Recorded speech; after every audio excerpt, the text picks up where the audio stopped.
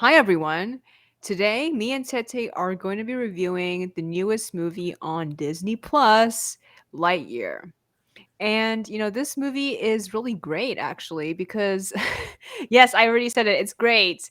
A lot of us were not expecting it to be good because of the press, but me and Tete were pleasantly surprised by it.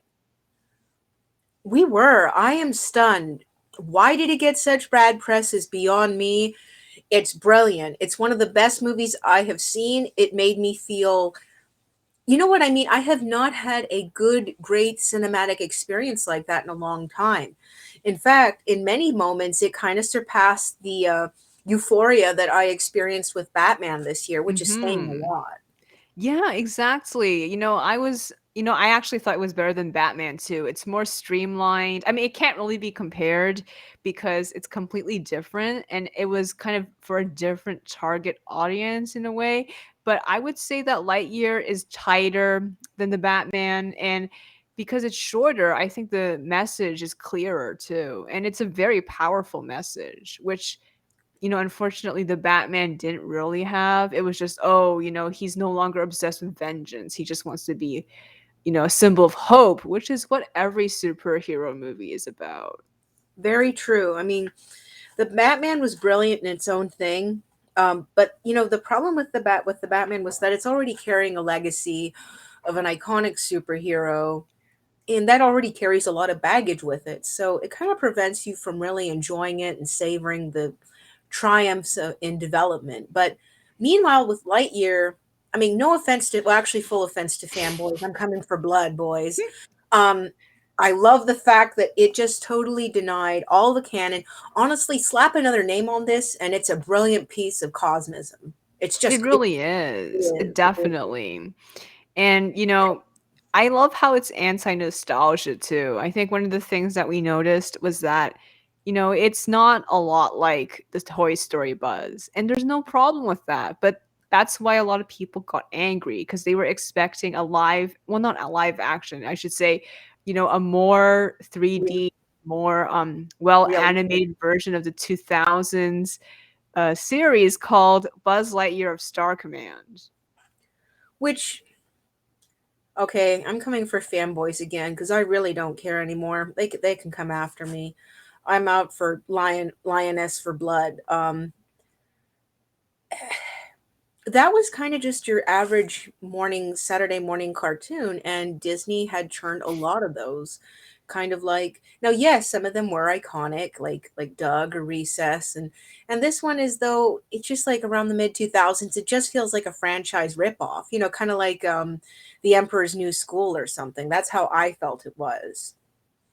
It probably was. From what I've seen of it, on YouTube, it does not look well animated.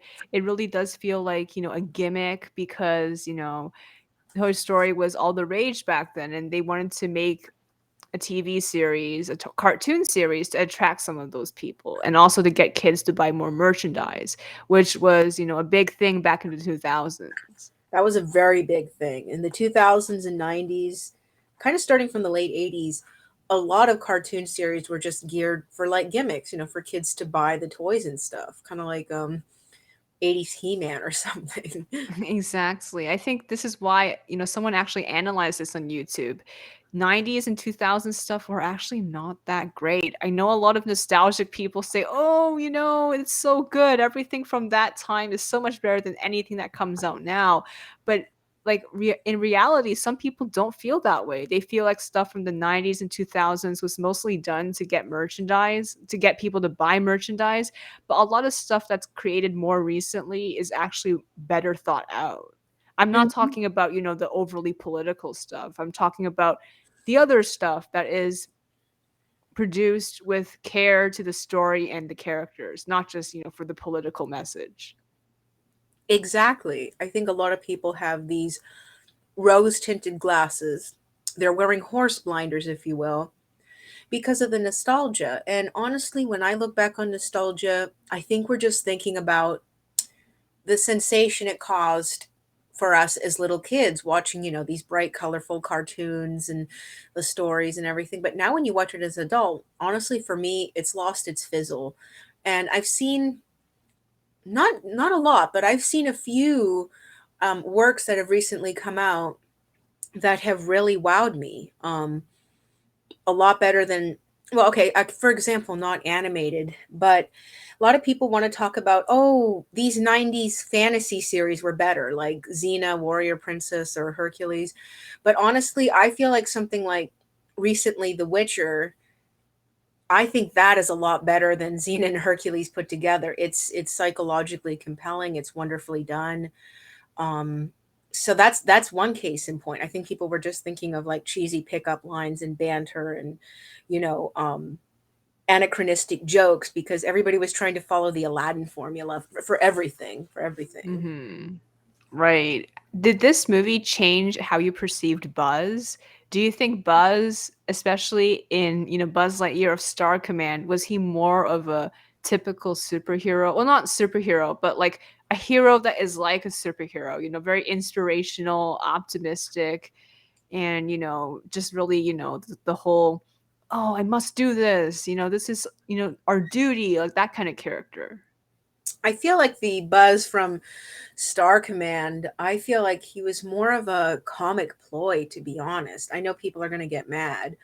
Maybe he had some inspirational speeches peppered now and then, but honestly, he felt like a very boastful, swaggering braggart, honestly, and just way too smug for his own good, telling way too many jokes, and a bit of an arrogant moron. I'm sorry, fanboys, but that's what I thought of him. And I even saw the flipping movie, like the direct to VHS movie. I saw that flipping movie, and I'm like, not impressed.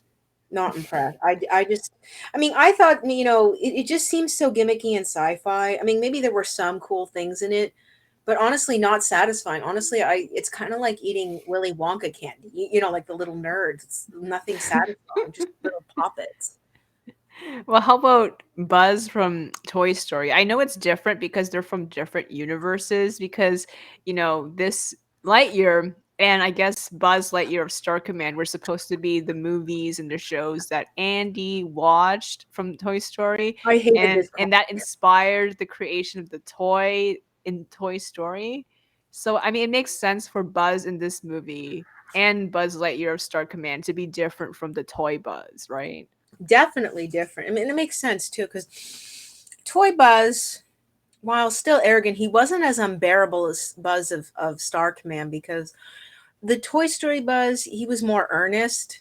Once he got over his naivety and realized he was a toy, he embraced the role, and he also engendered his friendship with Woody, and he was always willing to Mhm. listen to Woody. And I appreciate that kind of genuine um, humility from Buzz. I mean, it's just a nice humbleness from Buzz. I enjoyed the character of Buzz Lightyear from the Toy Story trilogy. I don't consider the fourth one Toy Story canon. I'm sorry, I hate it. I never want to think about it. Toy Story 3, just completing the trilogy was brilliant. I don't know why Pixar had to do a money grab and made number 4, but that's neither here nor there. But that said, I don't consider Buzz Lightyear of Lightyear to be related to any of these characters. Maybe there are some idiosyncrasies from Toy Story Buzz that I see with Buzz, like some phrases or the way, he likes to narrate things, or the fact that he always wants to record everything. That's about it. Other than that, this is a very full-fledged, wonderfully drawn out male character, and in many ways vastly, I hate to compare because it's like apples to oranges, but in many ways more substantial and rewarding than the um, constant, emo-ness from Patterson's Bruce, which I know it's not a fair comparison, but we're talking about movies that really rattled us to our heart's core this year. I agree. I actually didn't really like Battinson that much. I mean, I thought he was okay, but I wasn't focused on him. I was mostly in it for the Riddler because he was so twisted, and also, you know, there was some damn good acting. I loved his expressions and how he was able to tear into Batman. I love that too. And also, I mean, I love Patterson's Bruce, no lie, but I loved all the other characters. I love Commissioner Gordon. I loved ironically, Carmine Falcone, I mean, he just felt like a real mafia boss. Like, you felt bad for him, Mhm. but at the same time, he was a dick, and then you didn't know how to feel for him. And even the Penguin felt a little sympathetic. Like, yeah, he's doing crimes, but he doesn't want to be violent or anything. He just wants to Mhm. shake your hand and ask why you're here. You know? Yeah, yeah, yeah, everyone was really well fleshed out in the Batman. I Yeah, think ironically I liked everyone more than I did Battinson himself. that's true. I think it's because Bruce is just being an emo little shit. And like I said, his motivation's never good. Like it's just, oh, my parents, and now I have to brood for 20 years. Exactly. I like how in this movie though it makes you question whether or not it was for his parents or the fact that maybe he was demented like the Riddler himself. And I love how the Riddler just tore into that. Exactly, Is and it this really is your why a lot of parents? fans didn't like it because it kind of ruined their fantasy of him being this vengeance god when he actually might be doing it for more selfish reasons, or maybe Exactly. not even selfish, like he is demented or something. Yeah, and he's just as wild as the Riddler, and I just loved how the Riddler tore into that. That was brilliant. I just loved him deconstructing Batman. Right. But yes, someone was also deconstructed in Lightyear, which is Buzz himself by the villain. And guys, if you are not okay with spoilers, just skip ahead. Do not listen to this part. Or well, I don't know. We're probably going to mention it for the rest of the podcast too. So, but yeah, he's going to be challenged repeatedly by someone who is very similar to himself, who is the villain. The villain is so amazing. Best villain hands down. Give an award to this villain because this villain was so blastedly terrifying. I mean, it shook me to the core. It did, because when you first see Zurg, you think he's just another big robot who's there for no reason. But you do get kind of suspicious because he's always out to get Buzz and no one else. And he's not as violent as you would think he is. He's not setting fire to the settlement and just killing the other people who are surrounding Buzz, like Izzy and the others, for example. He actually lets go of them and doesn't care about them. He only wants Buzz. So that kind of raises your attention because you wonder why this person is so fixated on Buzz. Exactly. That raises suspicion right away. And then when he's right, he has Buzz cornered. He doesn't attack him. He extends his hand to shake. And then the big reveals when it opens, like, OMG.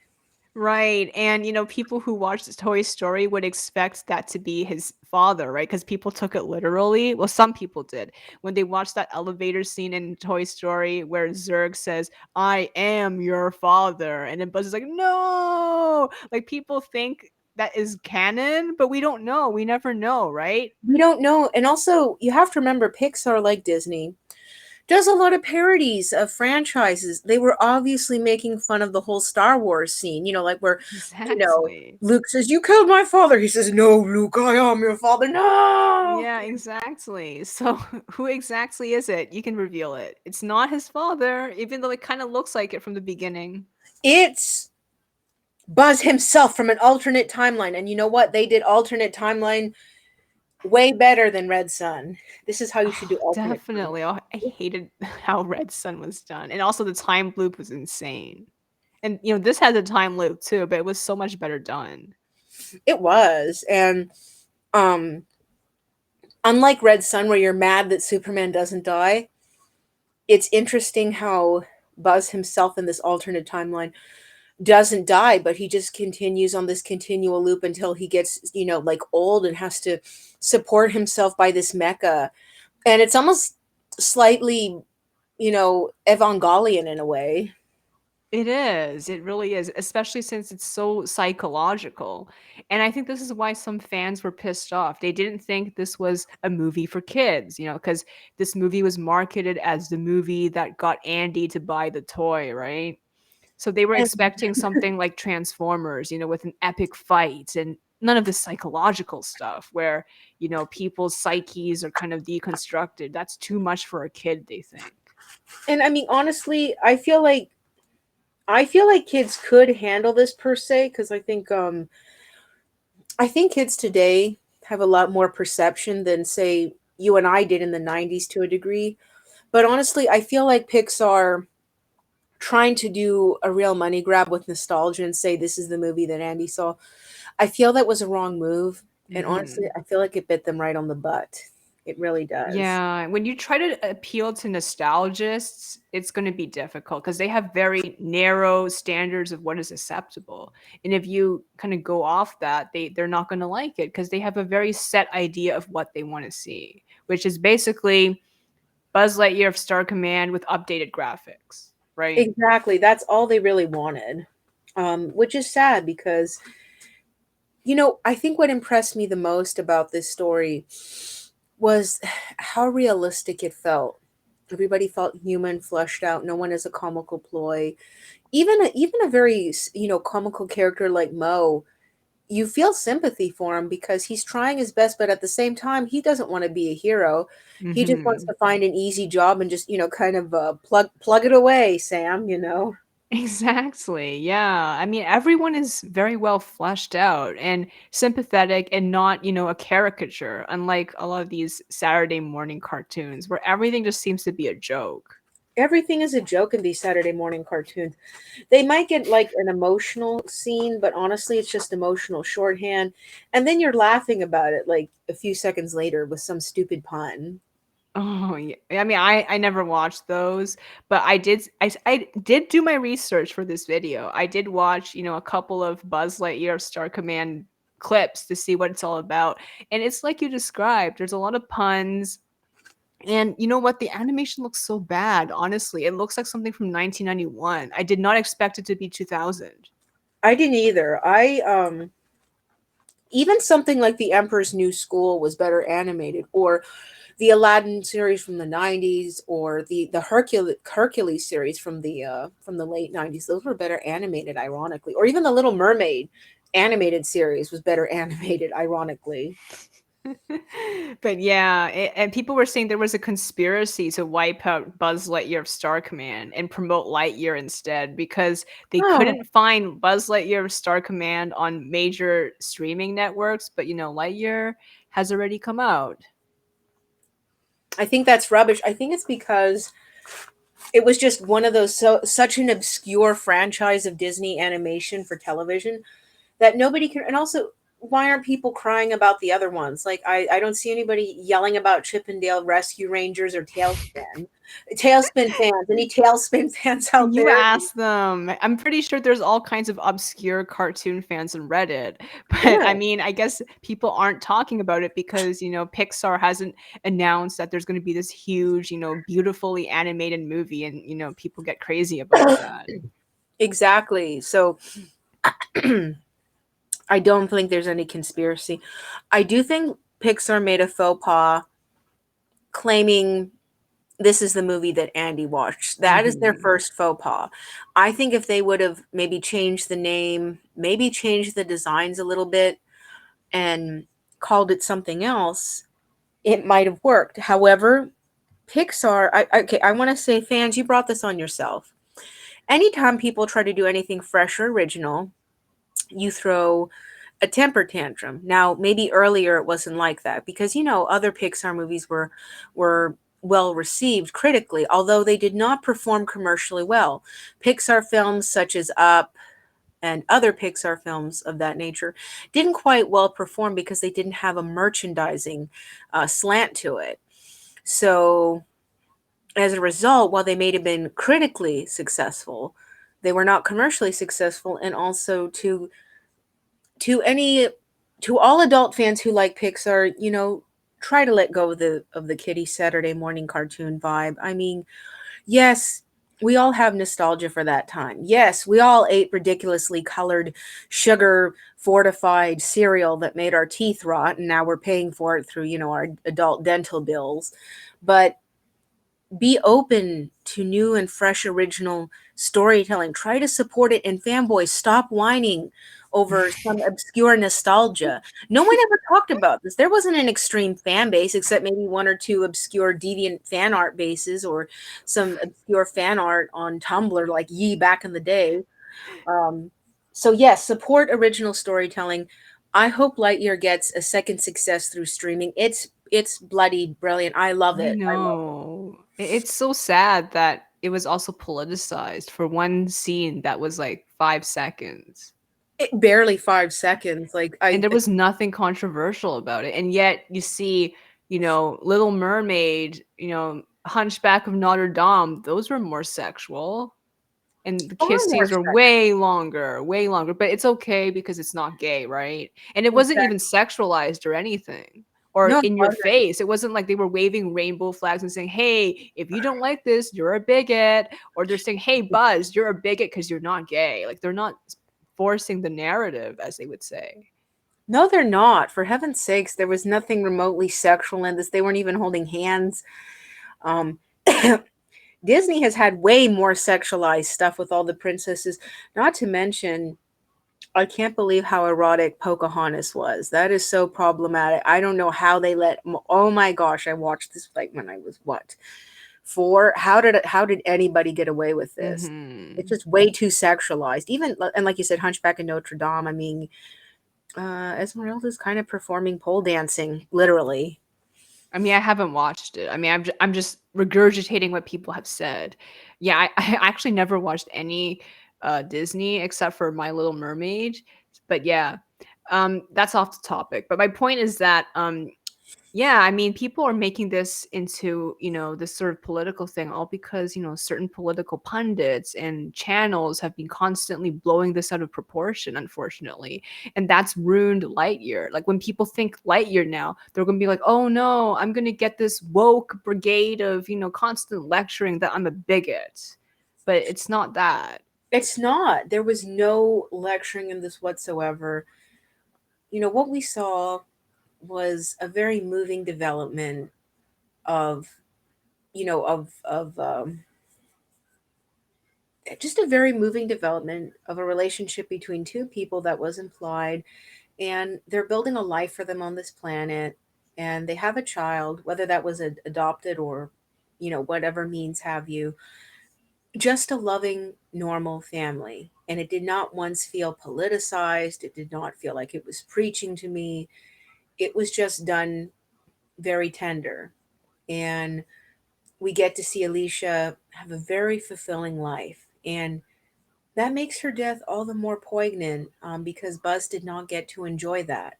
But also, Mhm. too, it's satisfying because, Alicia had done so much for the settlement, and she was such a remarkable leader. And, she's also wonderful with her family. I mean, look at the Mhm. legacy with her son and granddaughter. Exactly. And that was the point with, her and her partner. I think people miss that. People are like, "Oh, why was that necessary? That didn't need to be there." But it was trying to show you that Alicia had a full life and a family, while Buzz was, unfortunately kind of wasting his life. Well, actually other people's life because he only aged seconds, but they wasted like, 20 years or something basically trying to, get them out of there. But then his life, well, everyone's life went by super fast while his slowed down. So then everyone, died pretty quickly compared to him, and he didn't really age at all. So then he just ended up missing those people's lives. And he erroneously believed that, oh, Alicia missed out on so many things when it was him that missed out on so many things due to the different time that he was in. Because every time he goes up to space, what's 4 minutes for him up there is 4 years down below. Yes, and think about, like, he's done that for a week. That's 28 years, like, gone by. 30 years, or more. And Mhm. just to and he's truly wasted his life away. And people have made full lives on this planet, and I think this movie also delivers a beautiful message that a lot of times we want to escape to something, or we think there's a shining hill beyond a point, but sometimes where we've landed or where life has put us at the moment, we need to make the best of it and find each day rewarding and fulfilling, and make each day full, because Mhm. there's no point in waiting for that one special moment or that one special period where everything's okey doke, and we've won the golden we've caught the brass ring on the merry-go-round. No, make every day where you are full and rich, and Exactly. this is what everybody did on the settlement.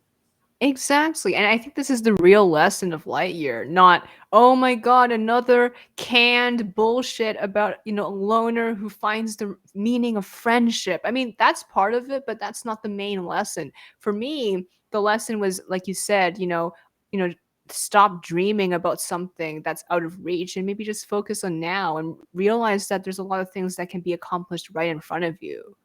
Exactly, exactly. And I think too, the the importance of a person questioning erroneous beliefs that they held. Like for Mhm. example, in the beginning, Buzz is kind of arrogant and he can't stand rookies. He has no respect for them. Um, Exactly. but at the end, he decides to have a team of rookies because they really proved their salt and worth because they were given that opportunity to shine and show what they're made of. And I love too that he was even open to learning to work with artificial navigation, because before he's like, ah, no, screw that. But Mhm. if he'd listened to the warnings to the machine in the first place, we wouldn't have this problem you know Exactly, right. I think it's like he kind of is more integrated with his surroundings too. Before, he was just so obsessed with his own subjectivity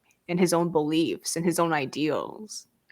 Exactly. I loved how this made him question you know all of his subjectivity, which was kind of founded in fallacy and was erroneous, and he was willing to learn and look at things from a different perspective and apply these lessons. Not that he's compromising anything about himself, but he's learning to work with what's around him. And he discovers that there were good things hidden underneath the surface of many things he wanted to dismiss. Exactly. But yes, this was a beautiful movie. I really hope more people watch it on Disney Plus, and hopefully if it comes out on other platforms as well. Please support it, people. If you want substantial storytelling, something beautiful and moving, as well as suspense that keeps you on the edge of your seat. I was literally like crying and yelling in some of these scenes, like I was 5 years old. Um, just imagine a 30-year-old grown woman yelling at a screen. Then please, for the love of everything substantial and aligned with the world, please watch Lightyear. I think it's definitely a movie I think that will shake you to your heart's core, and it'll be one of those movies that maybe it'll change you for the better. I hope Mhm. everybody watches Lightyear. I know, exactly. I think we might have another round table about this with our friend Hallivorn, who also really liked it, and she didn't understand why so many fans were disappointed by it. I think we definitely need to have another roundtable discussion because this movie's so good. It deserves another review because we have to tear into more things, like just dig into more beauties of this treasure. Right, and I think there's a comparison to be made between these people who are ripping into Lightyear for, quote unquote, corrupting the character that they had in their mind, and also, I guess you would say, some of the superhero fans that we've talked about. Silver Age Superman fanboys, I'm coming after you. And also Snyderverse. And Snyderverse. Like, I mean, pro Snyderverse or anti Snyderverse? I think both of them are kind of problematic. That's true. I mean, here's the thing. Both sides of fans are problematic. I will say that because even pro Snyder, they're like, oh, Snyder's the best. No, Snyder has flaws. Beautiful cinematography, but honestly, Zach, if you happen to listen to this podcast, if you feel frustrated as a director, please go back to being an artist. Yeah, I think the problem is that he tries to cram too much in, but that's another topic for another video. We need to dive into that later on after I watch Batman versus Superman, which I Um, still haven't because honestly, it looks like a mess. It's not my cup of tea. Like, too many things are happening at once, and I don't like that kind of stuff. that's true. I mean, well, okay. On the flip side, you will enjoy the performances of Jesse Eisenberg and Jeremy Irons. They're the only ones I'm looking forward to. I don't like his portrayal of Batman from what I've seen, and The whole contrivance of forcing the two to fight does not make any sense, It other than doesn't. being, quote, "epic." It's like, I mean, I know Luther makes this speech about why he's doing it, but honestly, Luther, like, wouldn't you rather do something to make more money or I prove a know. point with money? You're It all about doesn't make money, any Lex. sense. Yeah, it's just, oh, he's like, what, a 5-year-old boy? He wants to see his two favorite heroes duke it out? No, it's more or less like he wants to prove a point that the concept of godship is that it is corrupt or not entirely powerful. So he wants to show that it is not without cracks in the virtue, or that it is not totally omnipotent as we would think it is. And he wants to challenge this idea of humanity against divinity. And he I wants to see see. these two contrasting concepts of Batman and Ah. Superman. So, that's the thing. I don't know. Lex just has a stupid chip on his shoulder, and I mean, I enjoy Lex's character, but honestly, his motivations is dumb as heck, and that makes me mad because Lex is usually, when he's done right, he can be a really compelling Mhm. character, as we've seen in stuff like Right. Age of Wonder and Red Sun. You know. Yeah, we're gonna close this in a few minutes, but just one last thing. I think Snyderverse has a problem with motivations. Superman also has no motivations. As one YouTuber said, he's boring in Snyderverse because he never makes any decisions for himself. When Zod comes down, of course he's gonna fight him. What else is he gonna do? That's very true. That's the big flaw in Snyderverse. And you know what? Just to bring this back to dear old Buzz, everyone here has really great motivations because yes, they are faced with impossible situations, but they make voluntary choices. People on the settlement choose to make full lives. Like, they are not desperate to go back to Earth because they've made a comfortable living on the settlement and they feel enriched and fulfilled. And um even like the new commander who takes after Alicia, he puts up this force field so they don't have to deal with all the bugs and vines, just to make Mhm. everything a lot more comfortable and convenient and safe. And good motivations for everyone. I mean, even Buzz's fallacial motivations, they're a lot more compelling because he feels responsible. He has that guilt that he trapped everybody on this inhospitable planet, and he's so desperate to Exactly. get everybody back. Um, so he takes on the heavy mantle of being the loner hero, like, oh, this is my fault, so I have to do it myself. So he's like Atlas. But then he Mhm. realizes there was nobody to save. In fact, if anything, people found more fulfilling lives on this planet than they would have back on Earth. Exactly. Thank you so much, Tete. I can't wait to talk more about this. I can't wait either. Thank you. See you guys. Bye. Bye.